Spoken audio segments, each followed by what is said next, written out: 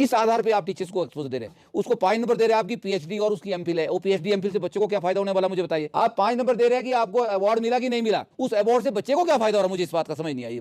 रज्जो, तू आज काम पे भी नहीं आई? आज मन्नू की स्कूल की बस लग गई है ना, इसलिए इसको छोड़ने आई थी। स्कूल की बस?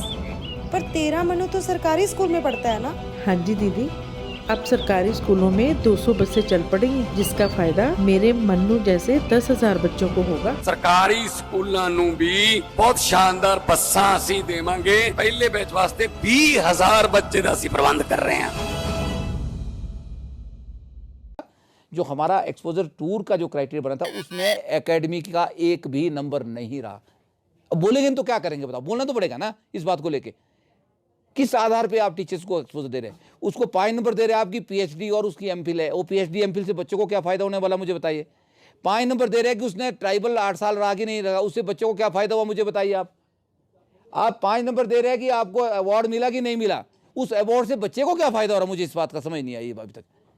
अवार्ड कैसे मिलते हैं वो सबको पता है, पर अगर आप 5 नंबर को दूसरों के साथ कंपीट करेंगे तो फिर अवार्डी वाड़ी लोग जाएंगे या ट्राइबल वाले लोग जाएंगे आपके पास। 1 नंबर हो सकता है अवार्ड का। मैंने एक सुजेशन माननीय मंत्री को दिया था कि अवार्डी टीचरों का आप अलग से कोटा फिक्स कर दो, 5 सीटें अवार्डियों के लिए दे दो, 5 सीटें ट्राइबल वाले के दे दो, या फिर उस नंबर को जो है 1 नंबर या 2 नंबर उसके लिए रखा जाए। 20 नंबर का टोटल आपका मार्क्स है और आपने 5-5 नंबर का क्राइटेरिया बना दिया, और आपके जिस टीचर्स के 100% मार्क्स है या 95% मार्क्स है, 98% मार्क्स है, उसको कुछ नहीं दे रहे आप, 1 नंबर नहीं दे रहे। जिसके 65 नंबर है वो भी बराबर है, बोर्ड के रिजल्ट 65% रिजल्ट है। जिस टीचर के 100% रिजल्ट है, उसकी 20 मेरिट है, उसका भी बराबर रख दिया आपने। तो वेटेज कहाँ दिया, कहाँ वो वेटेज रहा? तो इस तरह का क्राइटेरिया बनाने से पहले, और हुआ क्या, 3 बार वो क्राइटेरिया चेंज हो गए। आजकल में कि निदेशक एलिमेंट्री ने बढ़िया चयन किया और वो फाइनल हो गया, और वो सचिव शिक्षा को जो है वो चला गया उसके लिए, टूर के लिए। अब मैं ये जानना चाहता हूँ, ये बताना चाहता हूँ, क्या बढ़िया किया आपने, किस आधार पे आपने बढ़िया किया? 3 टीचर्स को, 3 प्रिंसिपल को एस्कॉर्ट करने के लिए बढ़िया भेज दिया आपने। बच्चे नहीं है, टीचर्स जा रहे हैं एक्सपोजर पे, उनके साथ क्या आपको साथ में उनको पकड़ने के लिए, बाजू से पकड़ने के लिए आपको अलग से टीचर भेजने पड़ेंगे? 3 प्रिंसिपलों को ड्यूटी लगा दी एस्कॉर्ट के लिए, उसके ऊपर कोई ऑब्जेक्शन नहीं हुआ। वो किस क्राइटेरिया से बने वो 3 टीचर, कैसे जा रहे हो प्रिंसिपल, उनका चयन कैसे हुआ, क्या पैरामीटर उनके लिए थे? ये सारी चीजें हैं, ये बहुत बड़ा प्रश्न चिन्ह है जो चयन प्रक्रिया है। तो अब नया क्राइटेरिया शुरू हो गया है, हायर ने नए फॉर्म दे दिए कि आप पहले हायर की लिस्ट भी निकल चुकी थी, आपको पता होगा, उनसे डॉक्यूमेंट मांग लिए गए, पासपोर्ट मांग लिए गए। अब आनंद फानंद में क्या बोला कि भाई अब वो चेंज कर दिया जाएगा, नए फॉर्म हो गए, पुराने रद्द कर दिए। स्कूल बंद थे, आपको पता है, समर की भी छुट्टियां हैं, समर स्कूलों में, विंटर में भी छुट्टियां थी, अभी चल रही है विंटर में, समर में भी 7 दिन की छुट्टियां थी, 3-4 दिन का टाइम दिया गया। और मजे की बात यह है, अगर डायरेक्टर हायर के क्राइटेरिया में प्रॉब्लम है तो एलिमेंट्री का क्राइटेरिया जो सिलेक्शन लिस्ट बनी है वो कैसे सही हो सकती है बताओ? वो भी तो गलत है ना। फिर हायर वाले ने तो बोल दिया कि आप इंटरव्यू कराएंगे, इंटरव्यू का उसमें मार्क्स देंगे आपको, 3 मार्क्स, 2 नंबर देंगे एक्स्ट्रा परफॉर्मेंस के। पर हायर का जो नया क्राइटेरिया बना उसमें एक बढ़िया बात की उन्होंने, एकेडमिक का जो आपका रिजल्ट है उसके नंबर उन्होंने रख दिए इस बार, और उन्हें पीएचडी को उससे हटा दिया, उसके नंबर हटा दिए। पर लेकिन उन्होंने 2-3 चीज़ें फिर मिस कर दी। 3 साल से ऊपर अगर ट्राइबल में रहे तो नंबर मिलेंगे, अगर 2 साल 2.5 साल आप ट्राइबल में रहे, 2 साल 8 महीने आपने ट्राइबल काटा, हार्ड एरिया काटा, तो आपको कुछ नहीं मिलेगा, उसके कोई मार्क्स नहीं काउंट हो गए।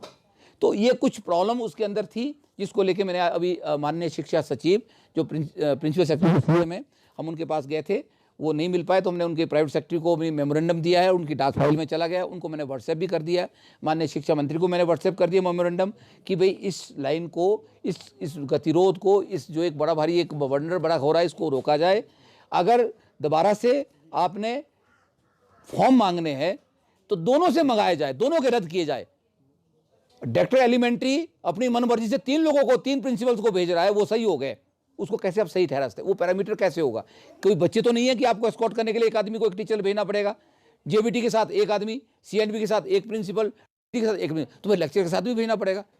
तो ये जो भाई भतीजा बात चल रहा है ये सही नहीं है, और हम डायरेक्टर एलिमेंट्री से बार-बार बैठक के लिए टाइम मांग रहे हैं। 1 साल हो गया मेरे को वहाँ पे कार्यालय में, श्रीमान जी बैठक के लिए टाइम देने को, उनके लिए टाइम नहीं है। वो बोलते हैं मैं चर्चा नहीं करना चाहता हूँ मैं मुद्दों पे। अगर आप चर्चा नहीं करना चाहते तो आप शिक्षा गुणवत्ता की बात कैसे कर सकते हैं? स्टेटहुड डे हमारा आ रहा है, कोई बोल नहीं रहा, मजे की बात है। और अंदर अंदर सारे वो लगे हुए घुटन महसूस कर रहे हैं या कुछ बोलना चाह रहे हैं, या फिर वो गॉसिप जिसको बोलते हैं कि भाई हमें क्या मिलेगा स्टेटहुड डे में, कि एक परंपरा रही है। और मैं माननीय मुख्यमंत्री से आप सबके माध्यम से भी निवेदन करूंगा, और हम एक संयुक्त कर्मचारी महासंघ के बैनर तले भी हम एक बड़ा शिष्टमंडल माननीय मुख्यमंत्री से भी मिलने वाला है कि 25 तारीख से पहले स्टेटहुड डे को कुछ ना कुछ, जो हमारा अभी 11% हमारा डीए बकाया है, उसमें एक अगर किस्त कर्मचारियों को मिलती है तो, और कर्मचारियों की एक मांग भी है, उनकी एक जायज़ उनका एक हक भी है, और उसकी तरफ सभी कर्मचारी देख रहे हैं कि 4% जो है हमारा डीए जो है स्टेटहुड डे 25 जनवरी को मिले। ये मांग भी मैं माननीय मुख्यमंत्री से बड़े अदब के साथ निवेदन करके कहना चाहता हूं कि वो ज़रूर इस बात को सोचेंगे। हालांकि प्रदेश के अंदर जो आर्थिक स्थिति है वो उस तरह की नहीं है, लेकिन कर्मचारियों के हक है, उसके लिए मुख्यमंत्री को रिसोर्सेज को जुटाने पड़ेंगे, वो देने पड़ेंगे। अभी कर्मचारियों के एरियर्स भी है, आपके पे कमीशन के एरियर्स है, डीए के एरियर्स है, और बहुत सारी चीज़ें हैं। तो कुछ इस तरफ भी मुख्यमंत्री महोदय ज़रूर गौर करेंगे। एक मैंने ये बात आपसे करनी थी। और कोई मुद्दा है? ये कुछ बात, अगर आप चर्चा नहीं कर सकते संगठनों से, इतना बड़ा संगठन जो हिमाचल प्रदेश के सभी कर्मचारियों के लिए आज से नहीं 1957 से लेकर लड़ता है, मुद्दों को रखता है टेबल पे, उसके लिए बात नहीं, आप उससे बात करना चाहते तो आप किससे बात करेंगे? तो आप कितने शिक्षक हितैषी हो सकते हैं, कितने आप शिक्षा गुणवत्ता की बात कर सकते हैं, इससे समझ आ रही है। तो हमने 1 महीने का उनको अल्टीमेटम देना है, हम अल्टीमेटम देंगे, और 1 महीने तक अगर कोई हमारे मुद्दों का समाधान नहीं होता है या बैठक नहीं होती है तो हम शिक्षा निदेशालय का घेराव करेंगे। एक तो हमने ये बात आपसे आज कहनी थी, और इस बात को लेकर मैंने माननीय शिक्षा मंत्री को भी बोल दिया है कि हम जो है निदेशालय का घेराव करने वाले बहुत जल्दी, क्योंकि जो कार्यप्रणाली शिक्षा निदेशक की है वो सही नहीं है, उससे हम सहमत नहीं है।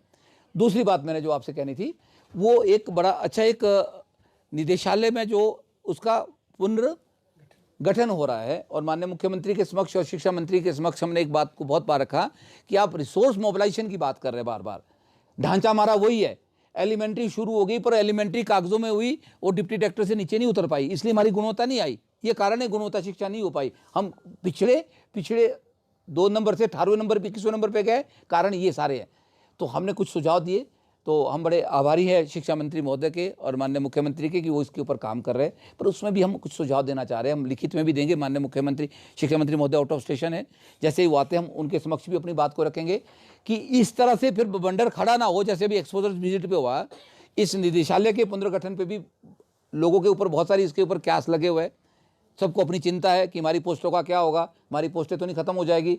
तो उसमें भी मुझे लगता है कि अगर इस तरह के बहुत बड़ा बदलाव होगा, शायद ये ऐतिहासिक बदलाव होगा शिक्षा के क्षेत्र में, अगर ऐसा होता है, उससे फायदे भी बहुत होंगे। मैं आपको कहूँ, मैं ये बड़े स्पष्ट कहना, तो जो कर्मचारी संगठन है, शिक्षक संगठन है, उनको भी थोड़ा सा उनसे भी सलाह मशवरा ले लेनी चाहिए, उनको पूछ लेना चाहिए। और हम ऐसी मांग कर रहे हैं कि इससे पहले कि इसकी कोई नोटिफिकेशन हो, पहले थोड़ा सा इसके ऊपर एक्सरसाइज प्रॉपर हो। और उसमें 2-3 तरह की बातें आ रही है। एक तो आ रहा है 0 से 3, 0 मतलब प्री प्राइमरी से 3rd क्लास तक, 3rd से ऊपर 12वीं तक अलग निदेशालय होगा, वो भी सही है। हम तो ये बोल रहे हैं पहली से 12वीं का आप इकट्ठा कर दो, वो ज़्यादा बेटर रहेगा, या पहली से 5वीं और छठी से 12वीं इकट्ठा करो जैसे पहले होता था डायरेक्टरेट, वो भी सही है। जो भी प्रारूप इसमें लगता है, मुझे लगता है कि आपको रिसोर्स मोबिलाइजेशन के बजाय एक छत के नीचे जो है पूरी सिस्टम को लाने की ज़रूरत है, और ये आज की वक्त की मांग है। उसमें हमारी मांग विशेषकर ये है कि उसमें जो डायरेक्टर की पोस्ट विशेषकर रहेगी वो ब्यूरोक्रेट को ना जाए, इस बात को लेकर हमारे संगठन का विरोध रहेगा। हम ये कहना चाहते हैं कि शिक्षाविद ही निदेशक के पद पर रहे, और हमारे एलिमेंट्री में जो है एक एडिशनल डायरेक्टर की पोस्ट नहीं होती थी। जब ये बनेगा निदेशालय, जो बनेगा डायरेक्टरेट ऑफ स्कूल एजुकेशन, तो उसमें एडिशनल डायरेक्टर स्कूल की भी पोस्ट को रखा जाए। ये हमारा उसमें निवेदन रहेगा कि पोस्ट क्रिएट की जाए, और इसमें कुछ और पोस्टें भी हो सकती है जिसको लेकर हम जो है सरकार के समक्ष रखेंगे। एक और बात, छुट्टियों को लेकर भी बात चल रही है, डीसी को पॉज दे देंगे, वो पॉज अभी तक नहीं हुई, बड़ा बवाल चला। ये हो गया थे, आपने भी मीडिया के माध्यम से आपने कवर किया होगा, छपा होगा, ये शक्तियाँ उधर दे दी, इतनी छुट्टियाँ उसको दे दी, इतनी डीसी के पास चली गई, और ये फाइनल हो गया। फाइनल कुछ नहीं हुआ। हालांकि अभी पीछे हिपा में जो मीटिंग थी उसमें माननीय शिक्षा मंत्री थे, उसमें एक रिसोर्स ग्रुप की मीटिंग थी, उसमें मैं भी गया था, मुझे मौका मिला था उसमें जाने का। तो मैंने वहाँ भी अपनी बात को रखा था कि क्वालिटी के ऊपर थी, क्वालिटी कैसे आएगी। क्वालिटी तब आएगी जब क्वालिटी शिक्षक स्कूल के अंदर होंगे, क्लास वाइज शिक्षक हो तो क्वालिटी आएगी। और एक ढांचा जो मैं अब बात कर रहा हूँ, एक ढांचा होगा स्कूल का, एक छत के नीचे होगा। आप रिसोर्स मोबिलाइजेशन की बात करके क्वालिटी नहीं ला सकते, वो नहीं मिलेगा आपको। आपको इकट्ठा करना पड़ेगा सिस्टम को, तब क्वालिटी आएगी। और साथ में आपको क्या करना पड़ेगा, एक सिस्टम को तैयार करना पड़ेगा। नॉन टीचिंग असाइनमेंट जो 36 तरह की होती है, जिसको लेके माननीय शिक्षा सचिव ने कहा कि नहीं ये बात सही है, ये सब नॉन टीचिंग असाइनमेंट को हम कम करेंगे, टीचरों को नहीं देंगे। तो वो कैसे कम होगी, उसके ऊपर काम होने की ज़रूरत है, उसको कम किया जाए। और छुट्टियों का शेड्यूल, जो एक्स्ट्रा करिकुलर एक्टिविटियाँ, वो कहा था कि हम शेड्यूल पूरा साल के पहले उसको बना देंगे, कब कब कौन सा कैलेंडर बन जाएगा एक्टिविटी का, वो कैलेंडर भी बना। पर उसमें भी सबसे बड़ा पेच फंसा, छुट्टियों का ही कैलेंडर कहाँ से बनेगा, छुट्टियाँ कब होगी, कौन करेगा। अगर डीसी के पास जाएगी तो डीसी ने तो करनी है नहीं करनी उसकी मर्जी है, कब करनी है कोई उसकी अथेंटिसिटी नहीं होगी, पहले से फिक्स नहीं होगा। तो हम ये कह रहे हैं कि छुट्टियां जो है निदेशक के पास रहेगी, उसी तरह से होनी चाहिए। पर लेकिन ये बात भी मैंने प्रपोजल में कही थी कि छुट्टियां कई जगह मानसून ब्रेक चाहिए, कई जगह समर ब्रेक चाहिए। अगर मैं बात कहूँ आपके ऊना की बात करूँ, मैं बात करूँ आपके पोंटा की बात करूँ, मैं करूँ नालागढ़ की बात करूँ, कुछ क्षेत्र ऐसे जहाँ बहुत गर्मी होती है, वहाँ पे समर ब्रेक की जरूरत होती है। ये क्लियर नहीं है कि समर ब्रेक है कि मानसून ब्रेक है हमारी। कुछ क्षेत्र ऐसे जहाँ मानसून ब्रेक की जरूरत होती है। तो 3 तरह से विंटर, मानसून और समर ब्रेक को बांटना पड़ेगा। उसमें कोई बड़ी कन्फ्यूजन नहीं है कि ये डीसी को देनी पड़ेगी, किसको देनी पड़ेगी। डीसी के पास जो होती है डिजास्टर की एक विशेष पावर होती है, तो 4-5 छुट्टियाँ वो भी दी जा सकती है, और ऐसे भी उनके पास पावर है। तो छुट्टियाँ निदेशक के पास रहे, वो बड़ा जरूरी है।